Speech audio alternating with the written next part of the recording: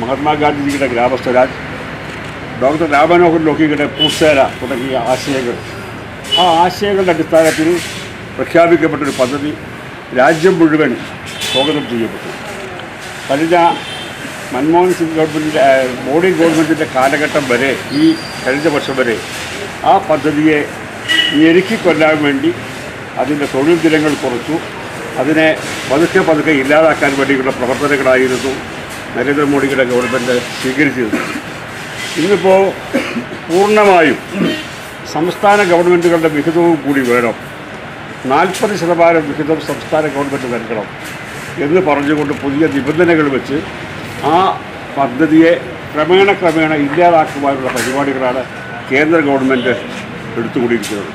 ഇതിനെതിരായുള്ള ശക്തമായ പ്രതിഷേധങ്ങളും സംസ്ഥാന വ്യാപകമായി നടക്കുകയാണ്. ആദ്യമായി നടത്താൻ പോകുന്ന വലിയൊരു പ്രക്ഷോഭത്തിൻ്റെ ഭാഗമായി ആദ്യപടി എന്ന നിലയിൽ കേന്ദ്ര ഗവൺമെൻറ്റിൻ്റെ ആദായ നികുതി ഓഫീസുകളോ പോസ്റ്റ് ഓഫീസുകളുടെ മുമ്പിൽ ഇതുപോലെയുള്ള ധർണാ സമരങ്ങൾ നടക്കുകയാണ്. നമ്മുടെ നാട്ടിലെ സാധാരണക്കാരായ ആളുകളുടെ അവർക്ക് പ്രയോറിറ്റി നൽകുന്ന കാര്യത്തിൽ, മുൻഗണന നൽകുന്ന കാര്യത്തിൽ ഗവൺമെൻറ്റുകളൊക്കെ പിന്നോട്ട് പോവുകയാണ്. വലിയ പദ്ധതികൾ ആവിഷ്കരിക്കുക, ആ വലിയ പദ്ധതികൾ പ്രഖ്യാപിച്ചുകൊണ്ട് അതിൻ്റെ കമ്മീഷൻ വാങ്ങുക എന്ന രൂപത്തിലേക്ക് സംസ്ഥാന കേന്ദ്ര ഗവൺമെൻറ്റുകൾ മാറുമ്പോൾ പാർശ്വവൽക്കരിക്കപ്പെട്ട സാധാരണക്കാരായ ജനങ്ങളുടെ പ്രശ്നങ്ങൾ ഏറ്റെടുക്കുവാനും പറയുവാനും ആളുകളില്ലാത്ത രീതിയിൽ നമ്മുടെ രാജ്യത്തിലെ ഭരണ സംവിധാനങ്ങൾ മാറുകയാണ്.